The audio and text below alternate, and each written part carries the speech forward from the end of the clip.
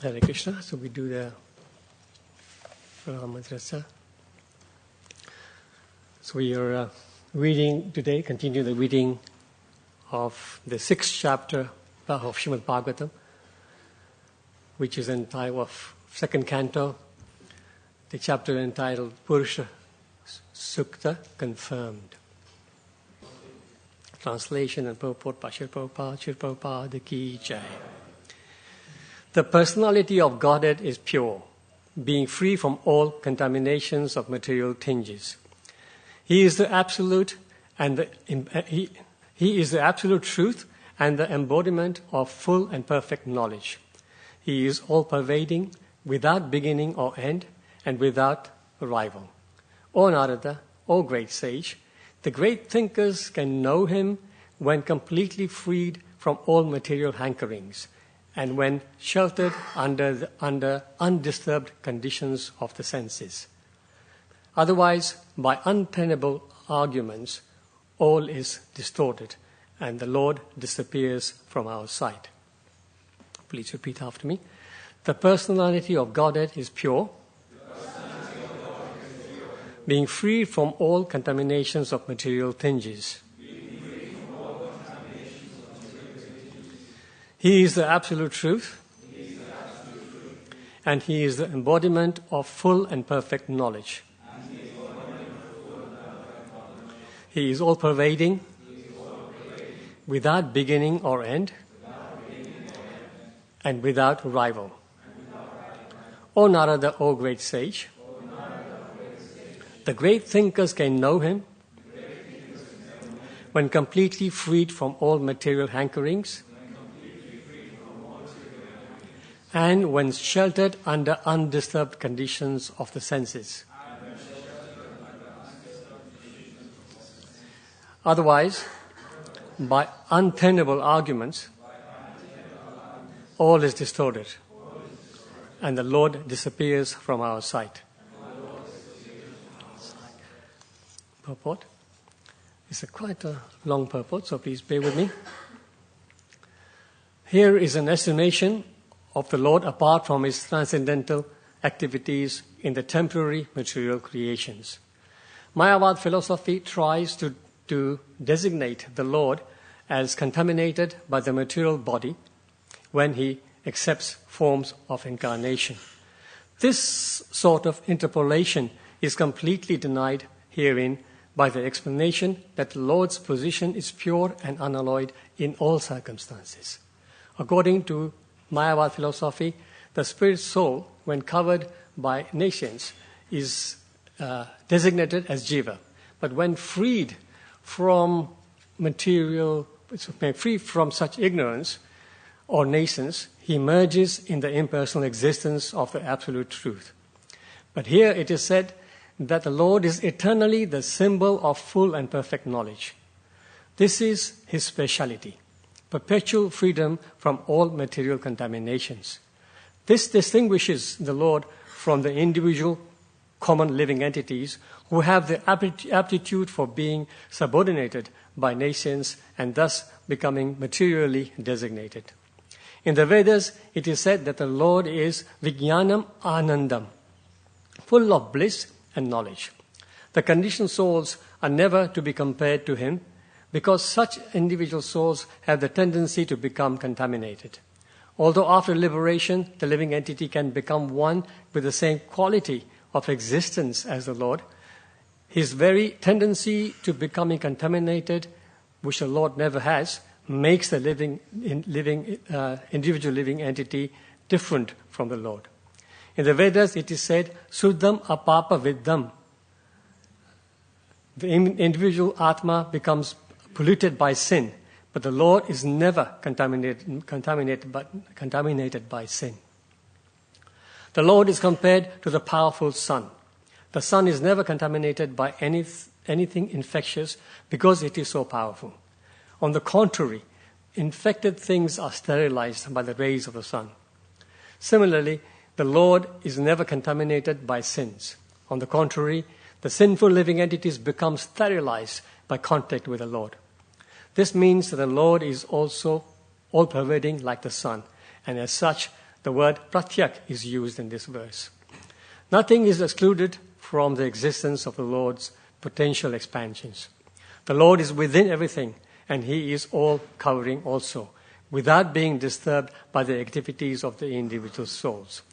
He is therefore infinite, and the living entities are infinitesimal. In the Vedas, it is said that only the Lord alone exists, and all others' existences depend on Him. He is a generating reservoir for everyone's existential capacity. He is the supreme truth of all other categorical truths. He is the source of everyone's opulence, and therefore no one can equal Him in opulence. Being full of all opulences, namely wealth, fame, strength, beauty, knowledge, and renunciation, certainly He is the supreme person. And because He is a person, He has many personal qualities, although He is transcendental to the material modes.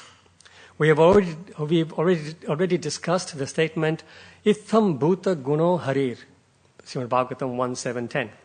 His transcendental qualities are so attractive that even the liberated souls, Atmaramas, are also attracted by them. Although possessed of all personal qualities, He is nevertheless omnipotent. Therefore, personally, He has nothing to do, for everything is being carried out by His omnipotent energies. This is confirmed by the Vedic mantras, Parasya Shakti Vividaiva Shuyate Swabhavik Vijnana Balakriyacha.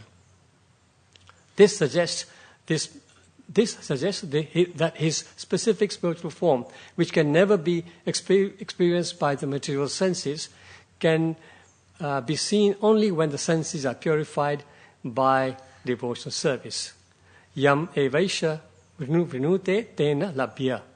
As such, there are basic differences between the Lord and the living entities in so many respects.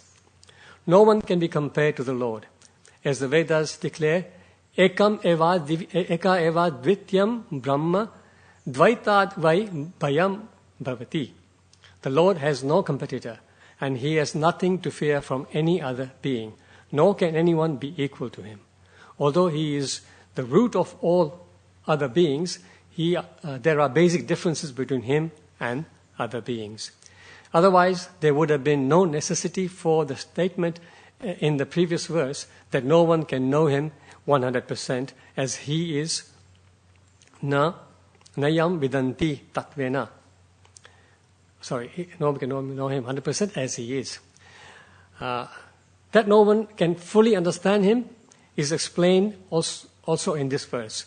But the qualification for understanding to some degree is mentioned here.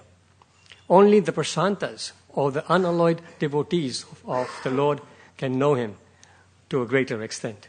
The reason is that the devotees have no demands in their lives, but to be obedient servants of the Lord. They have no demands in their life, but to be obedient servants of the Lord. While all others, namely the empiric philosophers, the mystics, and the fruitive workers, all basically have some demand, and as such, they cannot be pacified. The fruitive worker wants a reward for his work. The mystic wants some perfection of life, and the empiric philosopher wants to merge in the existence of the Lord. Somehow or the other, as long as there is a demand for sense satisfaction, there is no chance for pacification. On the contrary, by unnecessary, dry speculative arguments, the whole matter becomes distorted. Thus the Lord moves still further away from our understanding. The dry speculators, however, because of their following the principles of austerity and penance, can have knowledge of the impersonal features of the Lord to some extent.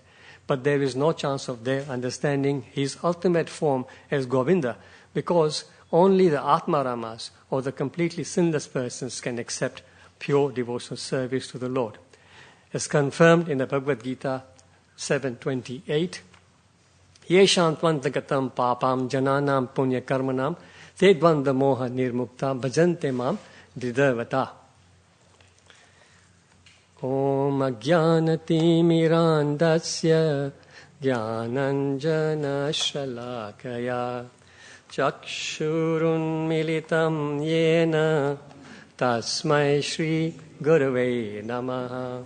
Shri Chaitanya Manobishtam Stapitam Yena Bhutale Swayam Rupa Kadamayam Dadati Swapadantikam Vandeham Shri Guru Shri Yuttapada Kamalam Shri Gurum Vaishnavamsha Shri Rupam Sagrajatam Sahagana Raghunathan Mitam Tam Sajivam Sadavaitam Savadutam Parijana Sahitam Krishna Chaitanya Devam Shri Radha Krishna Padan Sahagana Lalita Shri Vitakans Mitamsha.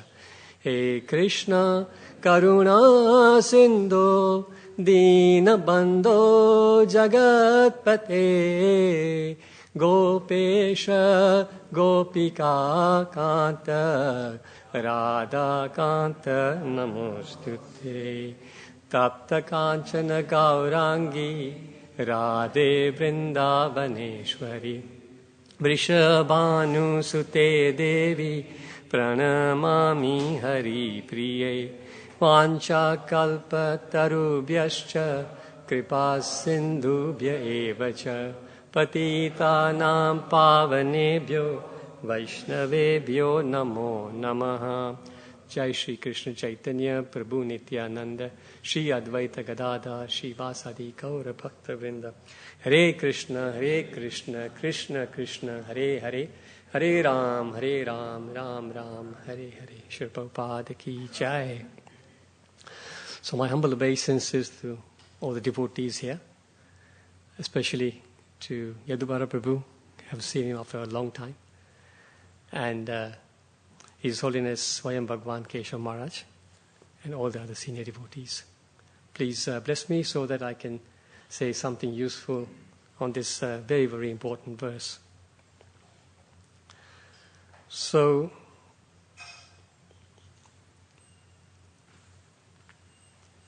Purusha Shukta, confirmed. That's the title of this chapter. And what is Purusha Shukta? Can anybody tell us what is Purusha Shukta? Yes, Prabhu? The prayers by the demigod. And do you know where they appear? Govinda Prabhu is miming it. In the Rig Veda. Yeah, so these are a set of prayers in the Rig Veda. They're also mentioned in several other Vedic literatures. But these are wonderful prayers which are now, it says here, confirmed. Purusha Shukta confirmed. So a couple of days ago, Bhagavatam, was it? Bhagavatam Prabhu, he mentioned, I didn't know that he actually mentioned why this word confirmed. When I was studying this in the Bhakti Vaibhav, I also thought about it, but I never thought to ask the question, because I thought it would be a silly question. But why confirmed? So Bhagavatam Prabhu answered that. Anybody remember what he said? Why confirmed? Govinda Prabhu? When it's in the Rig Veda, it's not really clear who this person is offering to, whereas in the Bhagavatam it's very clear. That's it, absolutely, exactly. The Rig Veda, they are actually, it is said that it's very difficult to explain the Purusha Shukta, because the language, even the Sanskrit used in those prayers is very archaic, and apparently some of the words can be, of course, generally also the Sanskrit words can be translated in many different ways. So for that reason, it becomes very difficult to translate that in any meaningful way, sort of either literally or even symbolically. So this is why here in the Bhagavatam, it is now confirmed that the Purusha Shukta is offered not to some impersonal being, but to Mahavishnu. So that's what it is. So this particular mini section we have from text 39 to 46. In this mini section, Lord Brahma describes the original creator, Mahavishnu. Some nice descriptions here. So as usual, I like to just go through the purport. We haven't got that much time, and it's a very long purport. But I picked bits and pieces that sort of appeal to me that we can dive deeper into. And hopefully what I try and do is take Prabhupada's sentences from the purport and then try and connect to some other parts of the Shastras just to, in my mind, reaffirm what Prabhupada is basically saying. So Prabhupada starts the purport saying that Mayavad philosophy tries to designate the Lord as contaminated by a material body when he accepts forms of incarnation. This sort of interpolation means trying to fit something into somewhere where it doesn't belong. Interpolation is completely denied herein by the explanation that the Lord's position is pure and unalloyed in all circumstances. So I thought of a couple of verses in the Bhagavad Gita, 7th chapter 24 and 25. So 24 says, Avyaktam yaktim apanam mayante mam abuddhaya param bhavam ajananto mamavayam anuttamam. The translation Prabhupada gives us, unintelligent men who do not know me perfectly think that I, the Supreme Personality of Godhead Krishna, was impersonal before and now have assumed the personality. Due to their small knowledge, they do not know my higher nature, which is imperishable and supreme. And Sermon 25, Krishna continues, Naham prakasha sarvesha yoga maya samavrita mudo yam nabi janati yogo mam ajam avyayam. He says, I'm never manifest to the foolish and the unintelligent. For them, I'm covered by my internal potency, Krishna says. And therefore, they do not know that I am unborn and infallible. And then a very famous verse in the 9th chapter where Krishna speaks about fools deride me. Anybody know that verse? Go with the Prabhu, will definitely know. Anybody else? 9th verse, 9th chapter, text 11. Very good, yes, Prabhu. Avajanti mam Buddha manushim tanum ashrita param bhavam ajananto mama bhuta maheshwaram. Shri Radha Gokula Nand ki jai, Shri Sita Ram Lakshman Hanuman ki jai, Shri Gaunitai ki jai, Jagat Guru Shri Prabhupada ki jai. So, in that verse, Krishna says, fools deride me when I descend in the human form. They do not know my transcendental nature as a supreme Lord of all that be. And in the purport of 9/11, quite a long purport as well, Prabhupada says that some of those who deride Krishna and who are infected by the Mayavadi philosophy quote the following verse from Srimad Bhagavatam 3.9.21 to prove that Krishna is just an ordinary man. Aham sarveshu bhuteshu bhutatma vasthita sada. The Supreme is present in every living entity. So Prabhupada then continues, he says, we should better take note of this particular verse from the Vaishnava Acharyas like Jiva Goswami and Vishwanath Chakravarti Thakur, instead of following the interpretation of unauthorized persons who deride Krishna. So that translation in 3.9.2.1, it says, I am present in every living entity as a supersoul. If someone neglects or disregards that supersoul everywhere and engages themselves in the worship of the deity in the temple, this is simply imitation. So the Mayavadis, what they do is they're impersonal, so they deride temple worship. So they pick this word and look at the last line, and they say anybody who's doing worship in the deity is simply imitation.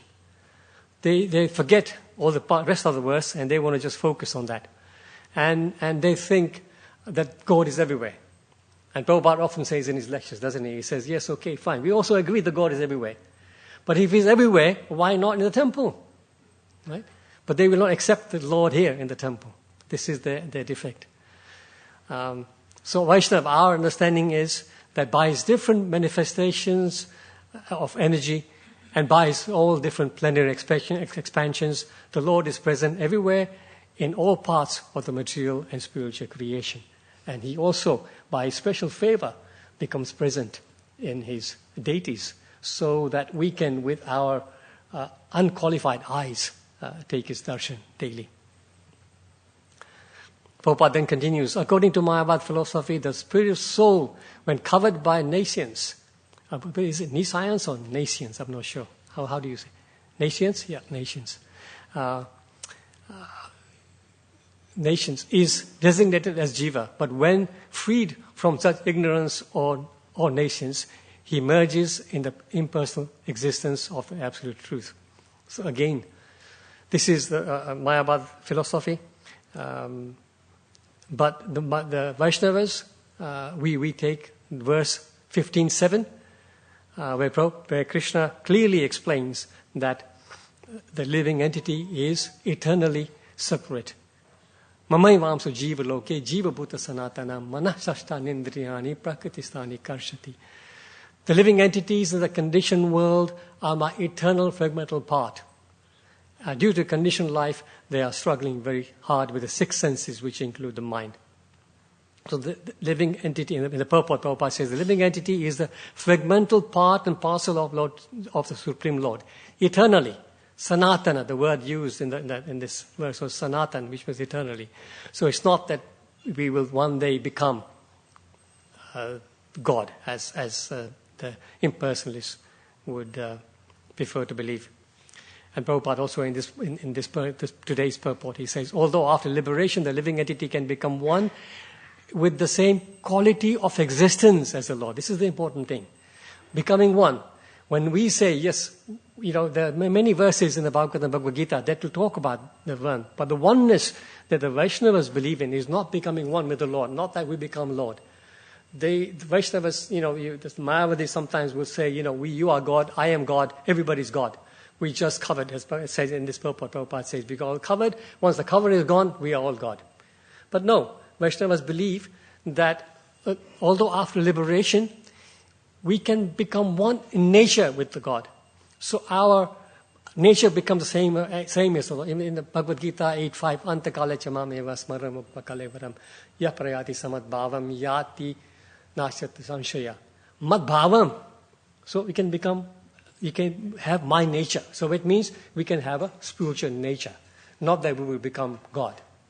So this is the Vaishnava understanding. Prabhupada continues in the purport. In the Vedas it is said, Suddham apapa viddham. The individual Atma becomes polluted by sin, but the Lord is never contaminated by sins. So this particular line comes from Ishopanishad, text 8. And Prabhupada translates Shuddham. So what is Shuddham? Anybody? Pure, right? It's a pure or uncontaminated water. Prabhupada actually in that particular text of Ishopanishad, interestingly, he translates Shuddham as antiseptic, which I thought was interesting, right? And apapa viddham, Prabhupada uses a word, I've never heard this before, prophylactic. Prabhupada uses words, many times you have to have a dictionary to look it up. Prophylactic. Anybody guess what the meaning of prophylactic is? Purifying, yes, but in one sense, I looked up in the Cambridge dictionary. It says preventing disease or something that is intended to prevent disease. So you see, it's deeper than purifying. It's the Lord Himself who makes things pure. So it is His ability to make things pure, not just purifying. It's interesting. So Prabhupada then continues, the Lord is compared to the powerful sun. The sun is never contaminated by anything infectious because it is so powerful. On the contrary, the infected things are sterilized by the rays of the sun. Similarly, the Lord is never contaminated by sins. On the contrary, the sinful living entities become sterilized by contact with the Lord. Just by us coming in contact with the Lord or His teachings, we become purified. We know from all our own experiences. Sometimes I've explained in these classes my own past, and I can tell myself how different things are. Of course, I've got a long way to go still, but the bad habits, the way of life, all that got purified by association of devotees and by reading Prabhupada books and learning a few things. So this is the nature of the Lord and His devotion service.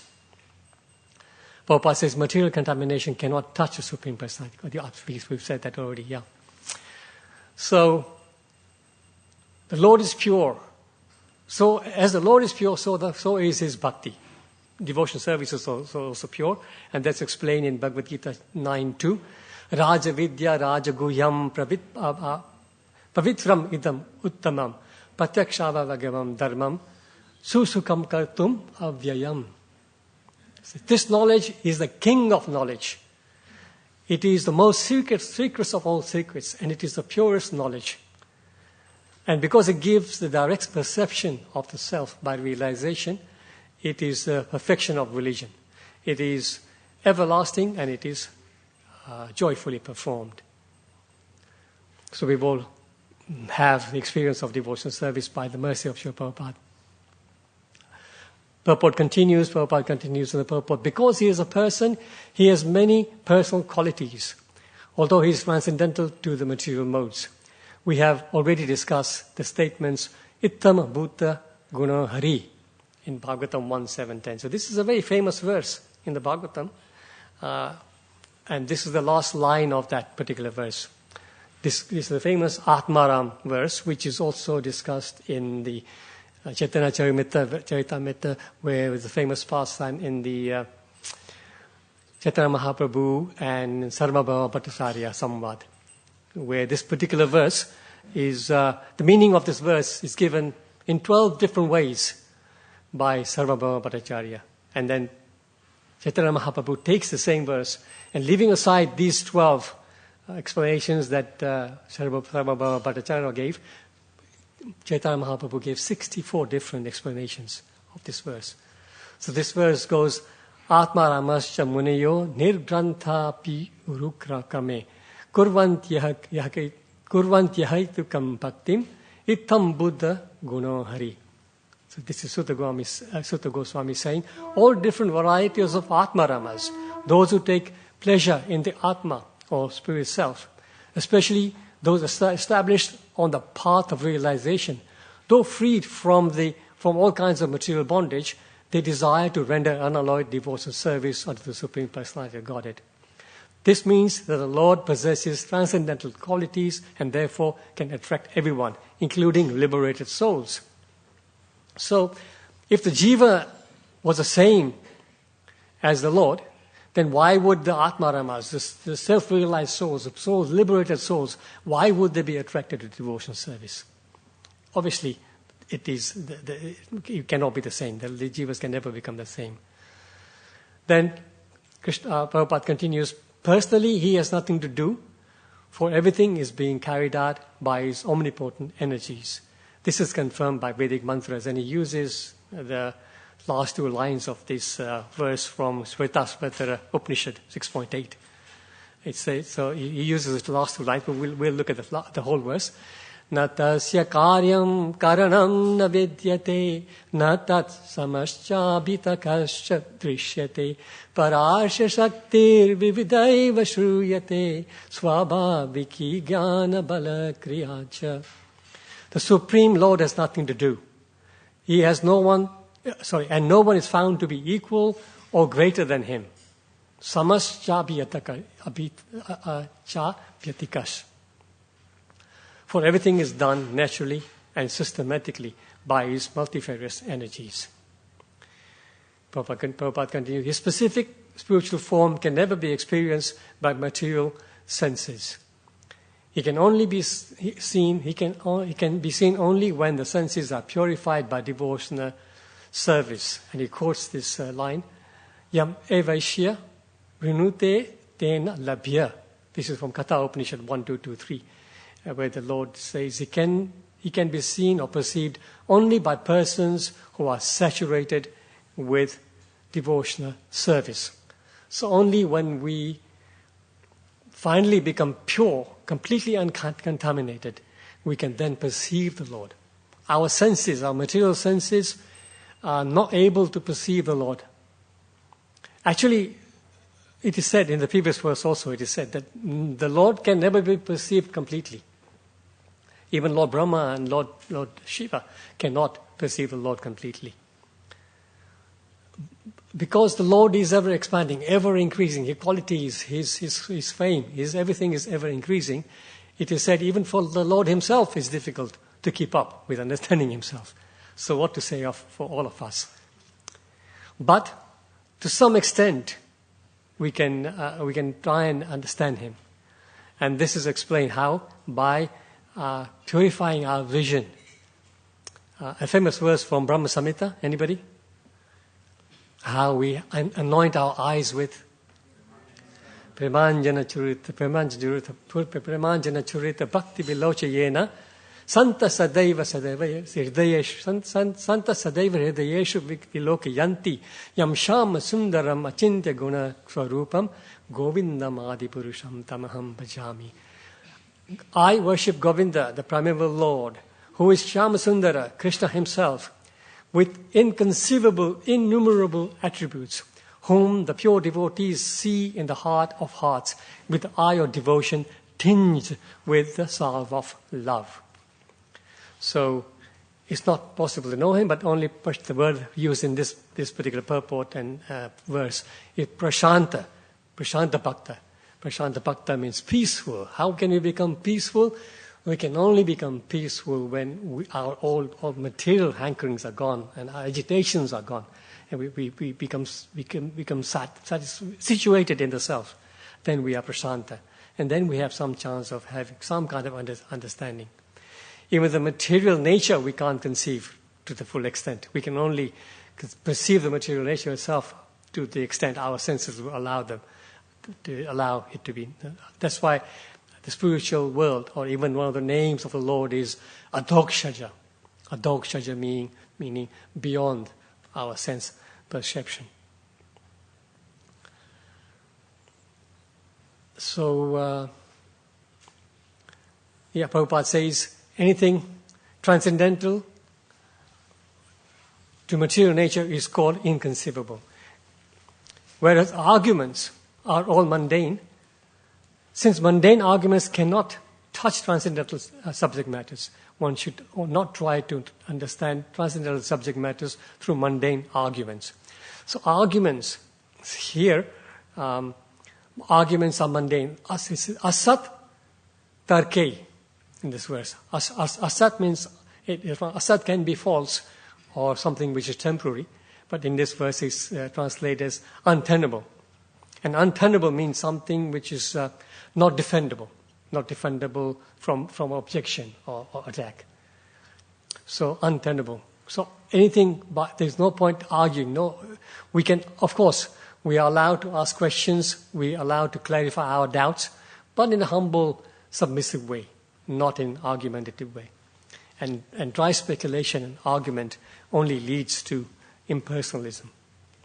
So a lot more to say about this verse, but it's 8:30. So I will request any more comments, realizations, corrections from anybody. Thank you. Hare Krishna. Microphone, please. Thank you. Anybody? Yes, Prasaraj Krishna Prabhu. Thank you for the class, Prabhu. Prabhu, you were mentioning interpolation means trying to fit something where it doesn't belong. Can we just get the context of why that word was used in what way? So, in this particular, let me just quickly have a look at that. Yes, interpolation.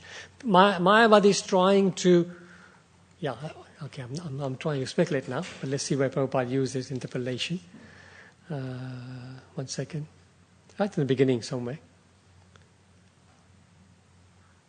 Good question.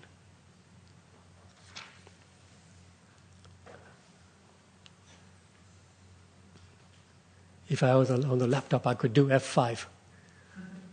But interpolation.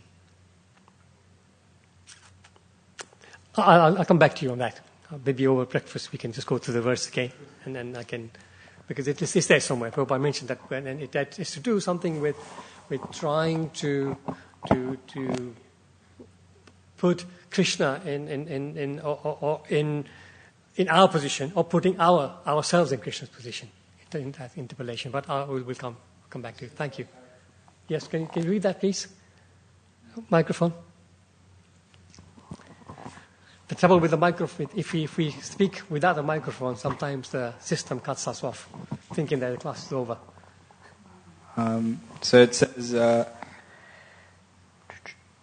Here is an estimation of the Lord. This is like from the beginning of the purport. Here is an estimation of the Lord apart from his transcendental activities in the temporary material creations. Mayavad philosophy tries to designate the Lord as contaminated by a material body when he accepts forms of incarnation. This sort of interpolation is completely denied herein by the explanation that the Lord's position is pure and unalloyed in all circumstances.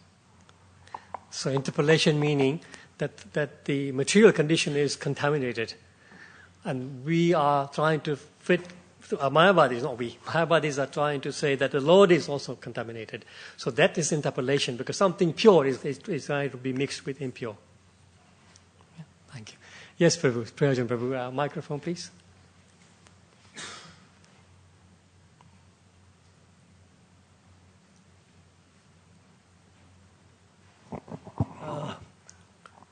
It's an interesting aspect to this whole creation.